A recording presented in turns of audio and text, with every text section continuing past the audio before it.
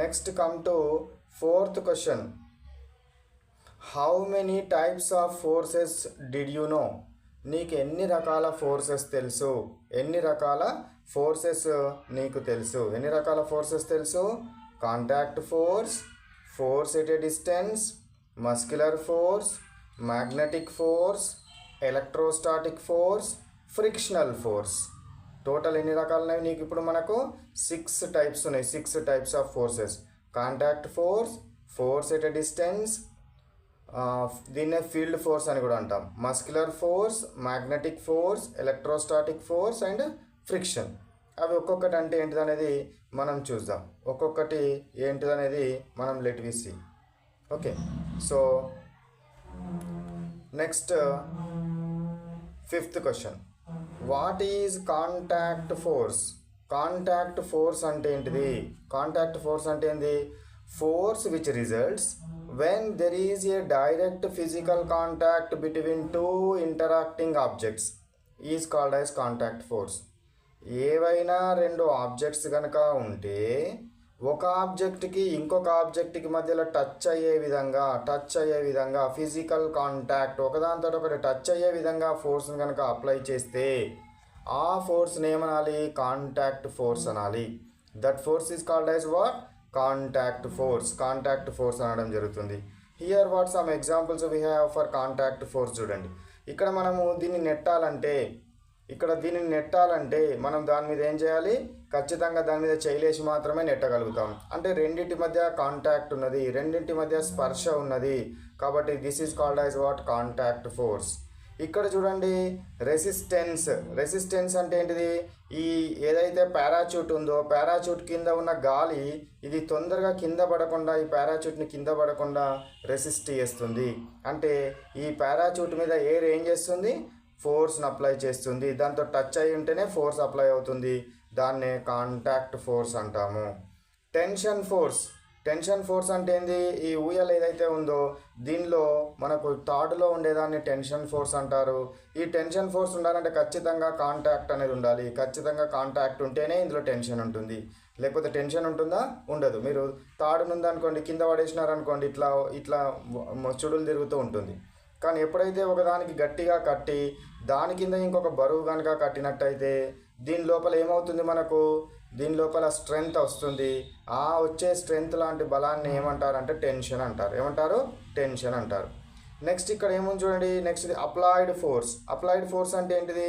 ఈ బాల్ ఏదైతే ఉందో ఈ బాల్ని తన్నాలి అని అంటే, బాల్ని నెట్టాలి అని అంటే ఈ యొక్క కాలుకి బాలుకి మధ్యలో కాంటాక్ట్ ఉండాలి. కాలుకి బాల్కి మధ్యన కాంటాక్ట్ ఉంటేనే దాన్ని నెట్టగలుగుతాడు. ఇవన్నీ కూడా కాంటాక్ట్ ఫోర్స్లకు ఎగ్జాంపుల్.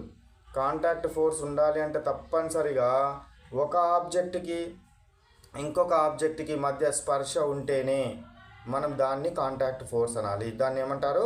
కాంటాక్ట్ ఫోర్స్ అనాలి. Next come to what? Force at a distance.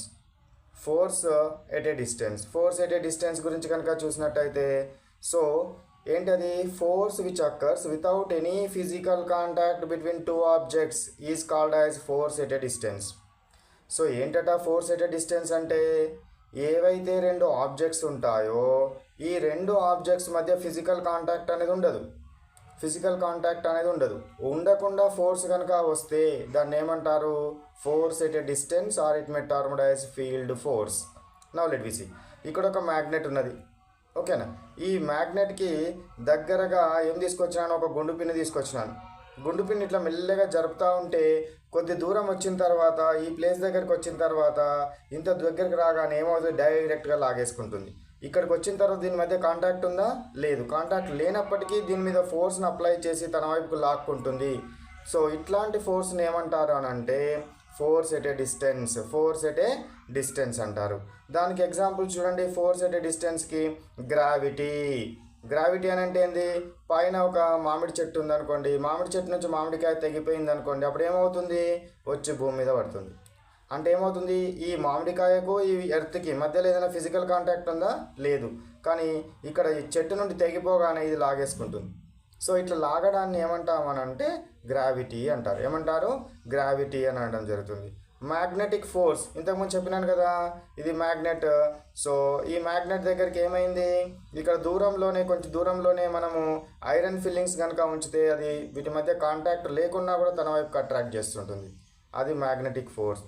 Electrostatic force, electrostatic force అంటే ఏంది, positive and negative charged particles మధ్యలో ఉండే ఫోర్స్ని ఏమంటారంటే ఎలక్ట్రోస్టాటిక్ ఫోర్స్ అంటారు. ఇది కూడా ఏం force, force at a distance. Next come to what sixth question అంటే ఏంది, వాట్ ఈజ్ ఫీల్డ్.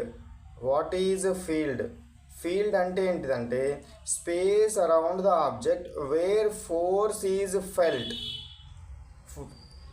ఏదైనా ఒక ఆబ్జెక్ట్ కనుక ఉంటే, ఫర్ ఎగ్జాంపుల్ మ్యాగ్నెట్ అనుకోండి. సో ఈ ఆబ్జెక్ట్ కనుక ఉంటే దీని చుట్టూ ఏ ప్లేస్ వరకు దాని యొక్క ఫోర్స్ పనిచేస్తుంది, దాన్ని ఏమంటారంటే ఫీల్డ్ అంటారు. ఫర్ ఎగ్జాంపుల్ నేను ఇక్కడ గుండు సూదిని పెట్టినాను అనుకోండి, ఇక్కడ గుండు పిన్నుని పెట్టినాను అనుకోండి, ఇక్కడ గుండు పిన్ను పెట్టినా అనుకోండి, అట్రాక్ట్ చేస్తుందా, చెయ్యదు. కానీ ఇక్కడ కనుక పెట్టినా అనుకోండి ఇమీడియట్గా అట్రాక్ట్ చేస్తుంది, ఎందుకంటే దాని యొక్క స్ట్రెంగ్త్, దాని యొక్క ఫోర్స్ అనేది ఇక్కడ దాకా విస్తరించబడి ఉన్నది. కాబట్టి దాని లోపల కనుక పెడితే అది అట్రాక్ట్ చేసుకోవడం జరుగుతుంది. ఇట్లా దీని చుట్టూ ఏ ప్రాంతం వరకు అయితే దాని యొక్క ఫోర్స్ అనేది పనిచేస్తుందో that force is called as what, field. Space around the object wear the force is felt is called as field. దాన్ని ఏమంటారు, ఫీల్డ్ అని అనడం జరుగుతుంది.